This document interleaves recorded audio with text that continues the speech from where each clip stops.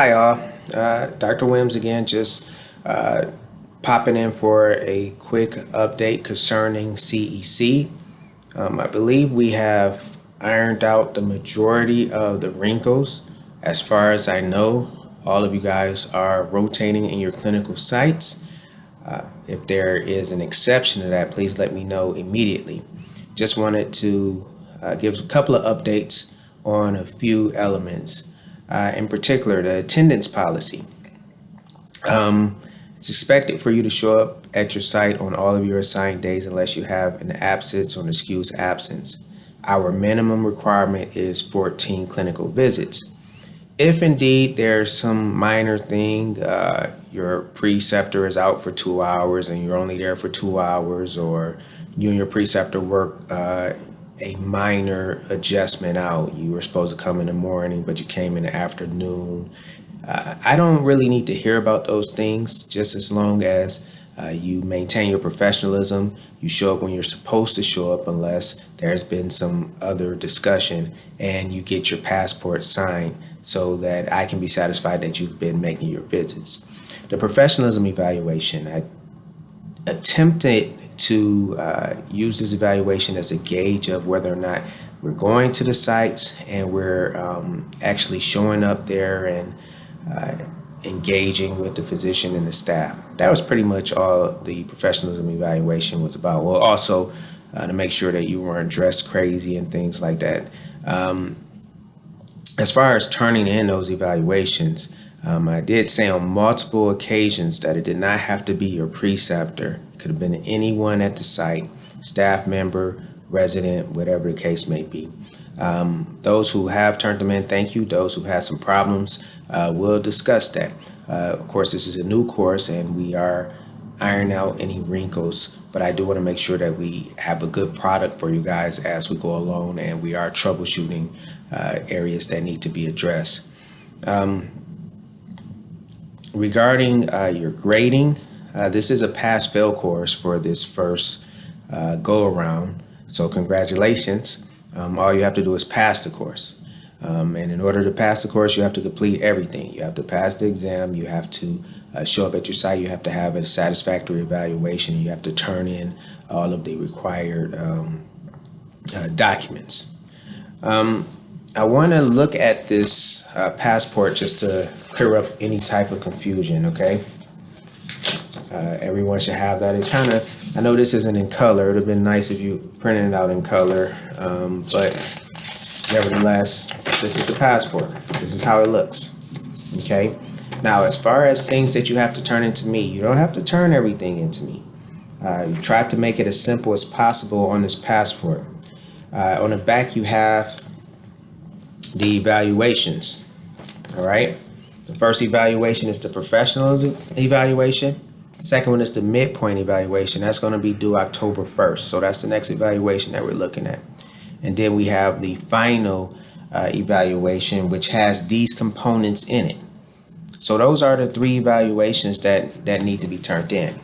As far as things that you're submitting to me, we're going to have the patient log, which you already have on the Canvas site, as well as 2 medication reconciliations assignments, which I am going to work with the Canvas people to see how we can upload that. That's going to be a little later on. Think about, November-ish as far as when you're going to be turning that in. And then 2 progress notes, 2 final progress notes, which can be November, December. And that's just submitting just for evaluation to ensure that we have good quality.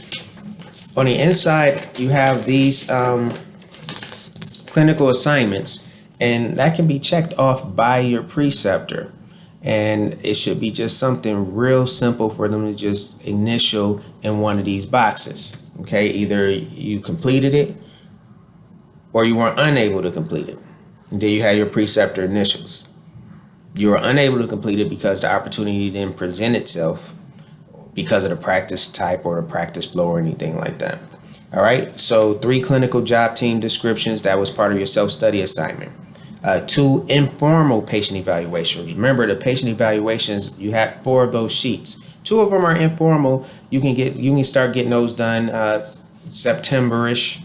The formal ones, you want them to be done maybe later, November-ish, but the two informal ones, that's just learning how to get feedback from the patient and discuss it with your preceptor. Document 10 vital signs. Were you able to duplicate vital signs or room 10 patients? Complete two detailed social histories. If you did it, it should be straightforward. The detailed medication reconciliations, those you'll be submitting to me. And then you have 2 informal progress notes. So in addition to the 2 progress notes that you're submitting to me, I want to know that you were able to discuss at least 2 progress notes with your preceptor. And you get those things signed off, and that's it. I hope that clears up any confusion with the passport. As we go along, we'll be communicating and we'll be working things out. My goal is not to add increased burden. My goal is for us to all have a good time and become excellent physicians. I'm getting a lot of good feedback. You guys are representing yourself well in these clinics. You'll still see me going around doing my check-ins at the clinics, shaking hands. You know, you might be there, you might not, but I am making my rounds to all of the clinics and connecting with all of the doctors, but I am getting good feedback. I am happy about that. As far as seeing patients, I know I did get some input that some of your clinics, they had you kind of working at the front desk or working with MAs and things like that, and you weren't really seeing patients, being physicians in the clinic. That was by design for initial presentation. Some of you guys started seeing patients right away.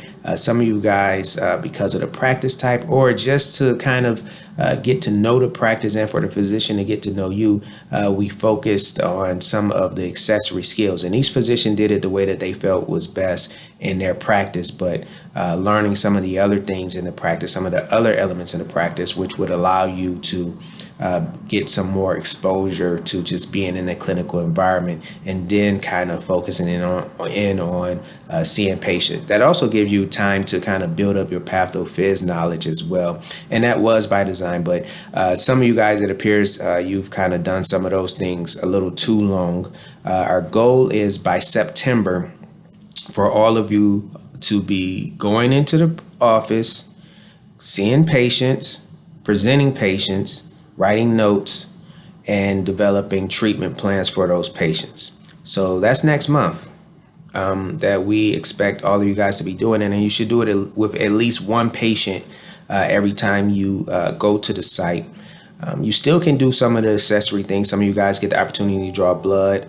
Some of you guys are getting the opportunity to work with pharmacists or social worker and things like that, making phone calls and things like that. Those things are still important because physicians do those every day as well. But starting in September, my expectation is for you guys to at least have that patient encounter, at least one patient encounter every time you go to the office. That has been communicated to the physicians.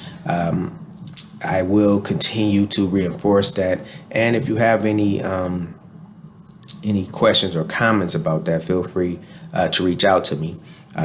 Try your best not to overwhelm my inbox with those comments, but the goal is just to develop a good working relationship with your preceptor. And as I stated, some of these preceptors are new. We have to kind of orient, just like we have to orient you guys to being in a clinical setting. We have to kind of orient them to our expectations as far as teaching students. So it's a learning curve for all of us.